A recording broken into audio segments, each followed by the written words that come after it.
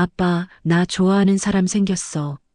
그날 저는 그 한마디에 심장이 철렁했습니다. 40년 동안 회사를 키워온 태성그룹의 회장, 김태산입니다. 그런데 제 딸이 제 회사의 생산직 직원을 좋아한다네요. 출장을 마치고 막 돌아온 날이었습니다. 유럽 바이어 미팅 다녀오느라 시차 때문에 머리가 멍한데 딸이 다짜고짜 그러는 겁니다. 그 사람 태성전자에서 일하는 반장이야. 순간 머리가 멍했습니다. 반장? 제가 키운 회사의 현장 근로자라니요. 솔직히 말씀드리면 그땐 제 머릿속에 이런 생각이 먼저 들었습니다. 우리 할인이가 고생해서 유학까지 다녀왔는데 왜 굳이 그런 사람을 그렇게 말하는 제 자신이 얼마나 오만했는지도 몰랐습니다. 그날 밤 아내가 조용히 물었습니다. 여보, 그게 뭐 어때서요? 그 사람도 땀 흘려 일하는 사람이잖아요. 저는 대꾸도 하지 않았습니다. 나는 그 사람을 직접 봐야겠어. 아내는 웃으면서 그러더군요. 당신이 직접 보면 오히려 배울지도 몰라요. 그 말이 자꾸 마음에 남았습니다. 다음 날 새벽 서재에 앉아 그 직원의 이름을 찾아봤습니다. 박도윤, 생산 1라인 반장, 근속 10년 차. 보고 있자니 궁금해졌습니다. 대체 어떤 사람이기에 내 딸이 이토록 마음을 줬을까? 그때 문득 오래전 제 젊은 시절이 떠올랐습니다. 저도 공장 바닥에서 출발했습니다. 기계기름 냄새 맡으며 손에 물집 잡히던 시절. 그때의 저는 지금보다 더 뜨거웠죠. 결국 저는 결심했습니다. 직접 가서 봐야겠다. 하지만 회장이라는 신분으로는 안 되겠지요. 그래서 이름을 바꿨습니다. 김철수. 그리고 제 회사 태성전자의 생산직 신입사원으로 위장 취업을 했습니다. 주변에선 말도 안 된다고 했지만 저는 이상하게 가슴이 두근거렸습니다. 아마도 제 인생에서 처음으로 일이 아닌 사람을 보려 했기 때문일 겁니다. 버스에서 내려 공장 정문 앞에 섰을 때 기계 돌아가는 소리, 사람들 웃음소리가 들렸습니다. 옛날 생각이 나더군요. 그때 그 젊은 날의 냄새가 코끝을 스쳤습니다. 경비 아저씨가 물었습니다. 신입이세요? 예. 김철수입니다. 그 순간 제 인생의 두 번째 인턴 생활이 시작됐습니다. 그날 아침 내 이름은 더 이상 김태산이 아니었습니다. 김철수, 태성전자 생산 1라인 신입사원. 회장으로서 40년 동안 공장을 여러 번 돌았지만 이번만큼 낯설었던 적은 없었습니다. 버스에서 내려보니 출근길 사람들 얼굴엔 잠이 덜 깬 표정이 가득했습니다. 모두 파란색 작업복을 입고 구내식당 쪽으로 줄지어 걸어가더군요. 그들 틈에 껴서 걷는 제 모습이 왠지 어색했습니다. 아, 내가 정말 이곳에서 일하는 사람이 된 거구나. 그 생각에 조금 쓴웃음이 났습니다. 첫 출근 날 안전교육을 받았습니다. 강사는 말했습니다. 작업 중엔 휴대폰 사용 금지, 안전모는 필수, 그리고 팀장님 말 잘 들으세요. 그때 들려온 우렁찬 목소리. 자, 다들 모여요. 오늘부터 1라인에 신입 들어왔습니다. 그가 바로 박도윤이었습니다. 내 딸이 좋아하는 그 남자. 첫인상은 솔직히 나쁘지 않았습니다. 굳은 살 박힌 손, 단단한 어깨, 그리고 또렷한 눈빛. 겉보기엔 평범하지만 자기 일에 진심인 사람 같았습니다. 그런데 그가 저를 보더니 이렇게 말하더군요. 어르신 아니 선배님, 연세가 좀 있으신데 괜찮으시겠어요? 그 말에 잠깐 멈칫했습니다. 회장님이라고 부르던 사람들이 이젠 저를 어르신 신입이라 부르니 말입니다. 점심시간이 됐습니다. 구내식당에서 된장찌개를 떠먹는데 옆자리 직원이 툭 치더군요. 김철수 아저씨, 현장 처음이죠? 손 조심하세요. 라인 속도 장난 아닙니다. 그 말이 귀에 꽂혔습니다. 라인 속도라. 그건 보고서 숫자로만 보던 단어였습니다. 하지만 그날 오후 그 말의 의미를 뼈저리게 알게 됐습니다. 기계 소리가 귓가를 때리듯 울렸습니다. 끊임없이 돌아가는 컨베이어 벨트. 한 박자만 늦어도 부품이 쏟아졌습니다. 박도윤 반장이 소리쳤습니다. 회장님, 아니, 김철수 씨, 거기 라인 좀 맞춰주세요. 순간 제 손에 들린 부품이 떨어졌습니다. 기계가 멈추고 주변 직원들이 다 쳐다봤죠. 신입이 실수했어요. 누군가 말했습니다. 그때 도윤이 뛰어와 제 앞을 가리더니 다치진 않으셨어요? 괜찮습니다. 제가 처리할게요. 그리고는 제 대신 불량품을 꺼내며 다시 라인을 돌렸습니다. 그 모습을 보며 속으로 중얼거렸습니다. 내가 그동안 숫자만 보며 사람을 몰랐구나. 퇴근 무렵 그는 제게 물었습니다. 김철수 씨, 원래 뭐 하시던 분이에요? 그냥 예전에 회사 좀 다녔죠. 어쩐지 손이 곱더라고요. 그는 웃었습니다. 그래도요, 이런 일도 해보면 나쁘지 않습니다. 사람이랑 같이 움직이는 맛이 있거든요. 그 한마디가 마음에 깊게 박혔습니다. 사람이랑 같이 움직이는 맛. 내가 평생 잊고 살던 단어였습니다. 그날 밤 기숙사 창문 밖으로 공장 불빛이 반짝였습니다. 그 불빛이 이상하게 따뜻해 보이더군요. 내가 만든 회사였지만 그 속에 이렇게 치열하게 살아가는 사람들이 있다는 걸 그제야 처음 느꼈습니다. 처음 며칠은 그저 정신이 없었습니다. 아침 6시 반 출근 버스를 타고 공장에 도착하면 커피 한 잔 마실 새도 없이 라인이 돌아가기 시작했죠. 기계 소리가 쾅쾅 울리고 철판 냄새가 코를 찔렀습니다. 김철수 씨, 손 조심하세요. 속도 올라갑니다. 박도윤 반장의 목소리가 또렷이 들렸습니다. 처음엔 그 말이 그냥 잔소리처럼 들렸는데 이틀째, 사흘째가 되자 알겠더군요. 이건 그냥 일이 아니라 전쟁이었습니다. 어느 날이었습니다. 제가 맡은 구간은 조립 라인의 마지막 공정, 볼트 3개를 정확히 끼우고 버튼을 눌러야 했습니다. 기계는 일정한 속도로 돌아가지만 사람의 손은 그렇지 않죠. 하나만 늦으면 그 다음 게 밀리고 그게 쌓이면 라인 전체가 멈춥니다. 그날도 땀을 뻘뻘 흘리며 겨우겨우 따라가고 있었는데 옆자리의 젊은 직원이 손에 테이프를 붙인 채로 기계보다 빠르게 부품을 끼우더군요. 야, 너 손 아프겠다.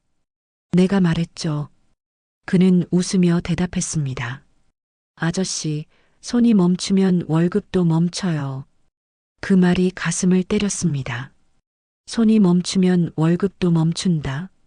그 단순한 문장이 내가 평생 숫자로만 보던 세상의 진실이었습니다. 점심시간이 됐습니다. 식당에선 김치찌개 냄새가 퍼지고 사람들은 밥보다 잠을 더 먹듯 고개를 숙였습니다. 그 와중에 도윤이 제 앞에 앉으며 말했습니다. 김철수 씨, 손 괜찮으세요? 응, 뭐 이 정도야. 근데 너희들 정말 대단하구나. 이 속도를 하루 종일 버티는 게 쉬운 일이 아니야. 그는 웃으며 말했습니다. 익숙하면 괜찮아요. 저희야 뭐 10년째니까요. 그 말투엔 자부심이 묻어 있었습니다. 그저 먹고 사는 일이 아니라 내 자리를 지키는 일이라는 자존심이었죠. 그날 퇴근 무렵 기계 한 대가 멈췄습니다. 벨트에 낀 부품을 빼내려다 한 직원이 손을 다쳤습니다. 순간 모두가 일손을 멈췄습니다. 그때 도윤이 달려가며 외쳤습니다. 모두 비켜요. 그는 한 손으로 기계 전원을 끄고 다른 손으로 동료의 손을 잡아 꺼냈습니다. 다행히 큰 상처는 아니었지만 그의 이마에 땀이 송골송골 맺혀 있었습니다. 그걸 보며 생각했습니다. 이 사람은 기계보다 빠르다. 아니, 기계보다 더 사람다운 사람이구나. 퇴근길 버스에서 창밖을 보니 붉은 노을이 공장 지붕 위에 번졌습니다. 그 아래 수백 명의 사람들이 오늘도 각자의 자리에서 묵묵히 하루를 버티고 있었죠. 그 순간 처음으로 이런 생각이 들었습니다.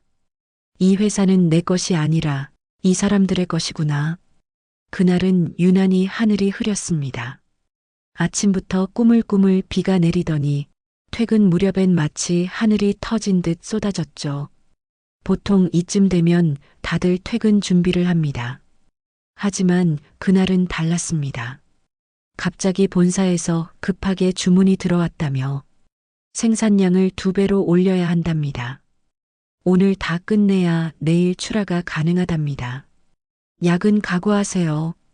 박도윤 반장의 목소리가 공장 스피커를 타고 퍼졌습니다. 사람들 얼굴에 피곤이 가득했지만 누구 하나 불평하는 이가 없었습니다. 저도 모르게 그들과 함께 장갑을 끼고 자리에 섰습니다. 기계는 쉴 틈 없이 돌아갔고 빗소리는 지붕 위를 두드렸습니다. 그 소리가 마치 박수처럼 들리더군요. 그런데 갑자기 퍽 소리와 함께 불이 꺼졌습니다.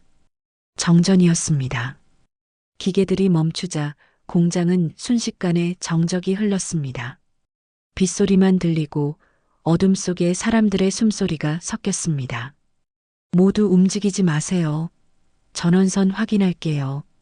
도윤이 손전등을 들고 달려갔습니다. 그때였습니다.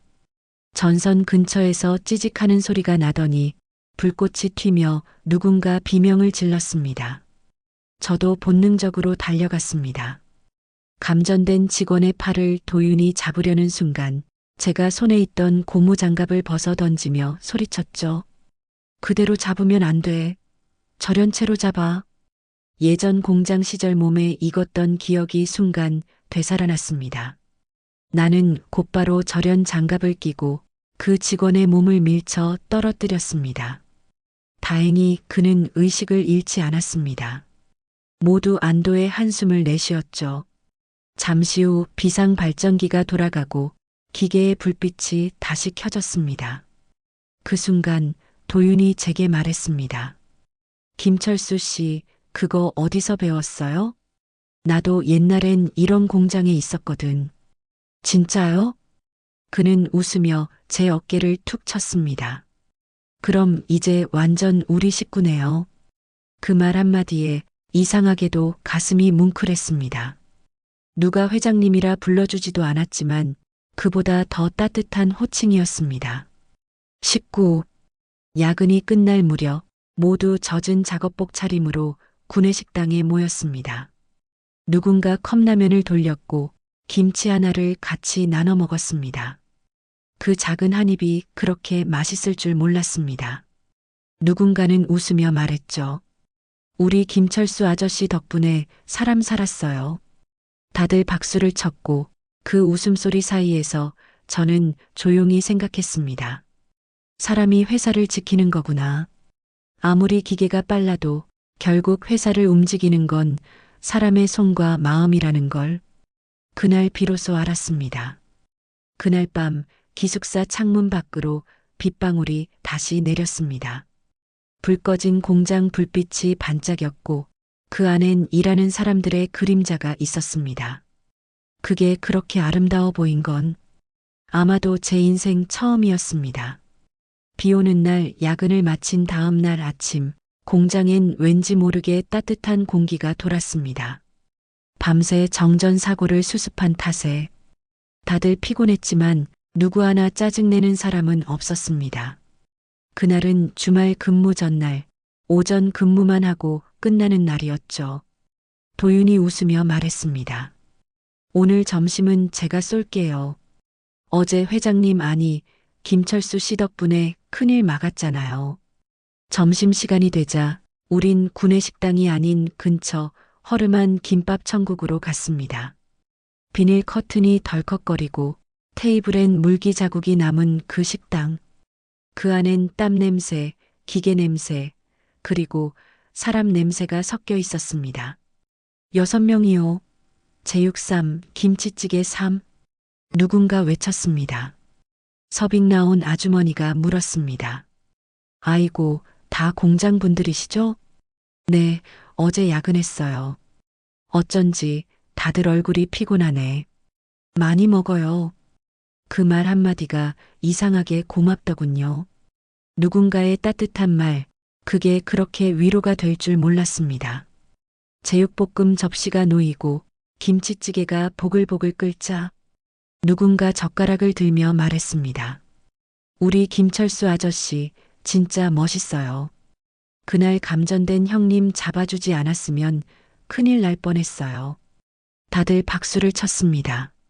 저는 머쓱하게 웃으며 말했습니다. 에이, 그냥 오래 살아서 아는 거지 뭐. 그때 도윤이 말했습니다. 그게요, 아저씨. 어제 그 순간 솔직히 좀 울컥했습니다. 그의 눈빛엔 진심이 담겨 있었습니다. 그 눈빛 속에서 저는 제 딸을 떠올렸습니다. 하린이는 이런 눈을 보고 사랑하게 된 거구나. 식사를 마치고 식당 앞 벤치에 앉아 커피를 마셨습니다. 컵 위로 김이 피어오르고 멀리 공장 굴뚝에서 하얀 연기가 솟았습니다. 그때 도윤이 말했습니다. 사람들이 회장님 욕 많이 하죠. 왜? 우리 같은 사람들 처지 생각 안 한다고요. 근데 전 솔직히 그 말 다 믿진 않아요. 위에 있는 사람도 나름 사정이 있겠죠. 그 말에 제 손이 멈췄습니다. 그는 아무것도 모르고 그렇게 말한 겁니다. 하지만 그 한마디가 제 가슴에 박혔습니다. 위에 있는 사람도 사정이 있다. 그렇다면 아래에 있는 사람의 사정은 나는 단 한 번이라도 이해하려 한 적이 있었을까? 그날 저녁 기숙사 식당에 앉아 밥 한 숟갈을 떠먹었습니다. 그 밥이 왜 이렇게 뜨겁게 느껴지던지요. 40년 동안 수많은 회의와 보고서 수백억의 계약서를 다뤄왔지만 그 어디에서도 이런 온도는 느낀 적이 없었습니다. 밥 한 끼의 온도, 그건 단순히 음식의 열이 아니라 사람 사이의 거리였습니다. 그날 밤 일기장에 이렇게 적었습니다. 내가 만든 회사지만 나보다 더 회사다운 사람들은 이 밥 한 끼를 나눈 이들이었다. 그날은 토요일 오후였습니다. 주말 근무를 마치고 모두들 하나둘 퇴근 준비를 하고 있었습니다. 그런데 박도윤 반장은 여전히 작업대 앞을 떠나지 않았습니다. 기계 커버를 열고 땀을 흘리며 뭔가를 고치고 있더군요. 제가 다가가 말했습니다. 도윤 씨, 이제 좀 쉬어요. 오늘도 야근했잖아요. 그는 웃었습니다. 괜찮아요. 집에 가도 할 게 없습니다. 그 말이 이상하게 걸렸습니다. 집에 가도 할 게 없다는 그 말 속에는 무언가 외로움이 묻어 있었습니다. 그날 밤 기숙사 복도에서 도윤의 전화 통화가 들렸습니다. 목소리가 낮았지만 분명 들렸습니다. 엄마, 야근 끊지 말고 꼭 챙겨 드세요. 이번 달 월급 나오면 병원비 먼저 보낼게요. 순간 제 발걸음이 멈췄습니다. 그의 말투에는 피곤함보다 책임감이 묻어 있었습니다. 그리고 그가 왜 그렇게 일에 몰두했는지 그 이유가 조금은 이해됐습니다. 다음 날 출근길에 우연히 그가 손목에 찬 밴드를 봤습니다. 달코해진 천밴드에 작은 글씨로 이렇게 적혀 있었죠. 엄마는 내가 자랑스러워요. 그 문장을 보는 순간 내 가슴이 쿵 내려앉았습니다. 나는 내 딸에게 그런 말을 듣기 위해 무엇을 했던가. 그저 돈을 벌고 회사를 키운 것밖에 없었습니다. 그는 가족을 위해 사는 사람이었고 나는 회사 때문에 사는 법을 잊은 사람이었죠. 며칠 뒤 공장에 작은 소문이 돌았습니다. 도윤 반장 어머니가 병원에 입원하셨대. 사람들은 걱정스러운 눈빛으로 말했지만 그는 아무렇지 않은 듯 일했습니다. 그날 퇴근 무렵 그가 조용히 제게 다가와 말했습니다. 김철수 씨, 오늘 저 대신 잔업 좀 부탁드릴 수 있을까요? 무슨 일 있습니까? 집에 좀 다녀와야 해서요. 그의 눈가가 약간 젖어 있었습니다. 저는 말없이 고개를 끄덕였습니다. 그날 밤 그가 없는 자리에서 처음으로 혼자 라인을 돌렸습니다. 머리카락에 땀이 흘러내리고 기계 소리가 귓가를 울렸습니다. 이 자리를 10년 동안 지켜온 사람, 그가 얼마나 고단했을까 생각하니 이상하게도 손이 더 빨라졌습니다. 그날 라인을 마치고 창고로 돌아오니 그가 두고 간 점심 도시락이 있었습니다. 뚜껑엔 작은 메모가 붙어 있었죠. 오늘도 같이 버텨주셔서 감사합니다. 그 짧은 한 줄이 내 인생의 어떤 상장보다 값지게 느껴졌습니다. 며칠 후 도윤이 다시 출근했습니다. 피곤한 얼굴이었지만 미소는 여전했습니다. 어머니는 좀 어떠세요? 많이 좋아지셨어요. 병원비는 이제 좀 괜찮을 것 같아요. 그의 눈빛은 여전히 반짝였고 그 속엔 누군가를 지켜내는 사람의 강함이 있었습니다. 그날 저는 혼잣말처럼 중얼거렸습니다. 하린이가 정말 좋은 사람을 만났구나. 그날 밤 기숙사 창문 밖으로 불빛이 반짝였습니다. 그 불빛이 더 이상 공장의 등불로만 보이지 않았습니다. 그건 사람들이 서로를 위해 하루를 견디는 작은 희망의 불빛이었습니다. 그날은 월요일 아침이었습니다. 하늘은 잔뜩 흐렸고 공장 안 공기도 무겁게 가라앉아 있었습니다. 일주일 전에 감전 사고 이후 본사에서 현장 안전 점검팀이 내려온다는 소문이 돌았습니다. 직원들 모두 긴장했죠. 그날 오전 양복 차림의 몇몇 사람들이 공장 안으로 들어왔습니다. 그중 한 명이 저를 보더니 눈을 크게 떴습니다. 회장님, 그 한마디에 시간이 멈춘 듯 공장 전체가 조용해졌습니다. 누군가 공구를 떨어뜨렸고 도윤이 놀란 표정으로 저를 쳐다봤습니다. 회 회장님이요? 그제야 저도 모르게 손에 들고 있던 부품을 내려놓았습니다. 그래, 미안하다, 도윤 씨. 사실 내가 이 회사의 회장 김태산이야. 그 말이 입 밖으로 나오는 순간 기계 돌아가는 소리보다 사람들의 숨소리가 더 크게 들렸습니다. 도윤의 얼굴엔 놀람, 분노, 그리고 실망이 번갈아 스쳤습니다. 그럼 지금까지 다 연극이었습니까? 그런 게 아니야. 그럼 뭡니까? 우릴 시험이라도 하신 겁니까? 그 말에 아무 대답도 할 수 없었습니다. 나는 그저 조용히 고개를 숙였습니다. 평생 사람들을 지휘하며 살아온 내가 그날 처음으로 한 사람 앞에서 작아졌습니다. 사람들은 속삭였습니다. 역시 그럴 줄 알았어. 왜 회장이 이런 일을 우릴 시험해 본 거야. 그 말들이 내 귓가를 때렸습니다. 하지만 이상하게도 그들의 원망이 억울하지 않았습니다. 왜냐면 그 말이 틀린 게 아니었으니까요. 처음 나는 시험할 마음으로 왔으니까. 그런데 이젠 아니었습니다. 이젠 진심이었죠. 도윤이 말했습니다. 회장님이라면 우리를 이렇게 속이시면 안 됐습니다. 우린 사람입니다. 장난이 아니에요. 그 말 한마디에 눈물이 핑 돌았습니다.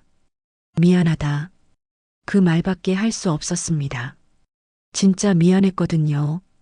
그날 오후 본사 점검팀은 철수했고 공장은 다시 평소처럼 돌아갔습니다. 하지만 나를 향한 사람들의 시선은 달라졌습니다. 누구도 대놓고 욕하지 않았지만 그들의 눈엔 실망이 담겨 있었죠. 퇴근길 도윤이 먼저 가려다 잠시 멈추더군요. 저 아직 화가 납니다. 하지만 그래도 회장님이 직접 이곳에 와서 우리 일을 보고 느낀 게 있다면 그건 나쁜 일은 아니라고 생각합니다. 그 말이 마치 용서의 문 앞에 선 듯한 울림으로 들렸습니다. 기숙사로 돌아와 작업복을 벗었습니다. 손등에 남은 상처 자국이 눈에 들어왔습니다. 그 자국이 이상하게도 자랑스러웠습니다. 그래, 이게 사람의 흔적이구나. 나는 서랍에서 명함 하나를 꺼내 천천히 바라봤습니다. 태성그룹 회장 김태산. 그리고 그 아래에 작은 글씨로 김철수라고 적었습니다. 그건 내 두 이름이었고 두 삶이었습니다. 정체가 드러난 지 며칠이 지났습니다. 공장은 평소처럼 돌아갔지만 사람들의 눈빛은 예전 같지 않았습니다. 누구도 대놓고 뭐라 하지 않았지만 그 조용한 거리감이 오히려 더 아프더군요. 그날 아침 박도윤 반장이 제자리로 다가왔습니다.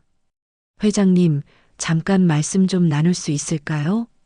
그는 여전히 진지한 얼굴이었지만 어디선가 조금 부드러워진 기운이 느껴졌습니다. 우린 구내식당 뒤편 작은 쉼터 벤치에 앉았습니다.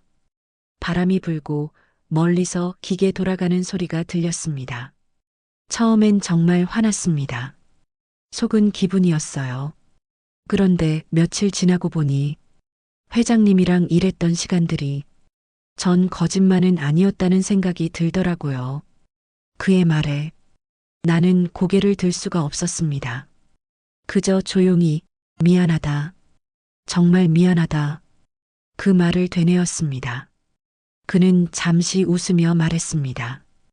회장님, 사실 전 하린 씨가 회장님 따님인 줄 알고 있었습니다. 뭐? 그날 식당에서 통화할 때 들렸어요. 아빠라고 하더라고요. 순간 말문이 막혔습니다. 그는 이어서 말했습니다. 그래도 그건 제 마음엔 아무 상관 없었습니다. 제가 좋아한 건 그 사람 할인이지 회장님의 딸 김할인이 아니니까요. 그 말에 가슴이 뜨겁게 울렸습니다. 이 사람이 진심으로 내 딸을 아끼는구나. 그제야 확신이 들었습니다. 며칠 뒤 본사 대회의실에서 직원 전체 미팅이 열렸습니다. 수백 명의 시선이 나를 향했습니다. 나는 마이크를 잡고 천천히 말을 꺼냈습니다. 나는 여러분을 믿지 못했습니다. 내 딸의 사랑을, 내가 만든 회사를, 그리고 여러분의 땀을 의심했습니다. 하지만 현장에 와서 깨달았습니다. 이 회사는 내 것이 아니라 여러분의 손으로 만들어진 곳이란 걸. 사람들의 눈빛이 바뀌었습니다. 누군가는 고개를 끄덕였고 누군가는 눈시울을 붉혔습니다. 잠시 침묵이 흘렀습니다. 그때 도윤이 자리에서 일어나 큰 목소리로 말했습니다. 회장님, 앞으로도 현장에서 우리랑 밥 먹으러 오실 거죠? 그 말에 식장이 웃음으로 가득 찼습니다. 저도 모르게 웃으며 대답했습니다. 그럼 김철수로서 꼭 갈게. 그때 내 이름을 부르는 소리가 들렸습니다. 김철수 씨, 회장님, 아버님, 그 모든 부름이 한꺼번에 들렸습니다. 그리고 나는 그제야 깨달았습니다. 이제야 나는 진짜 내 이름을 부를 수 있게 됐다는 걸. 그날 저녁 나는 할인에게 전화를 걸었습니다. 할인아, 아빠가 내가 좋아하는 사람을 이해하게 됐다. 정말요? 그래. 그 사람 참 괜찮은 사람이더라. 전화기 너머로 들린 할인의 울음 섞인 웃음소리에 나도 모르게 눈가가 젖었습니다. 여러분, 인생을 살다 보면 내 이름이 낯설게 느껴질 때가 있습니다. 하지만 누군가의 진심 앞에서 그리고 내가 놓쳤던 사람의 온기를 다시 만날 때 우리는 다시 자기 이름을 되찾게 됩니다. 돈보다 지위보다 결국 사람을 남기는 게 인생 아닐까요? 오늘도 누군가의 삶 속에서 조용히 땀 흘리는 모든 김철수들에게 이 이야기를 바칩니다.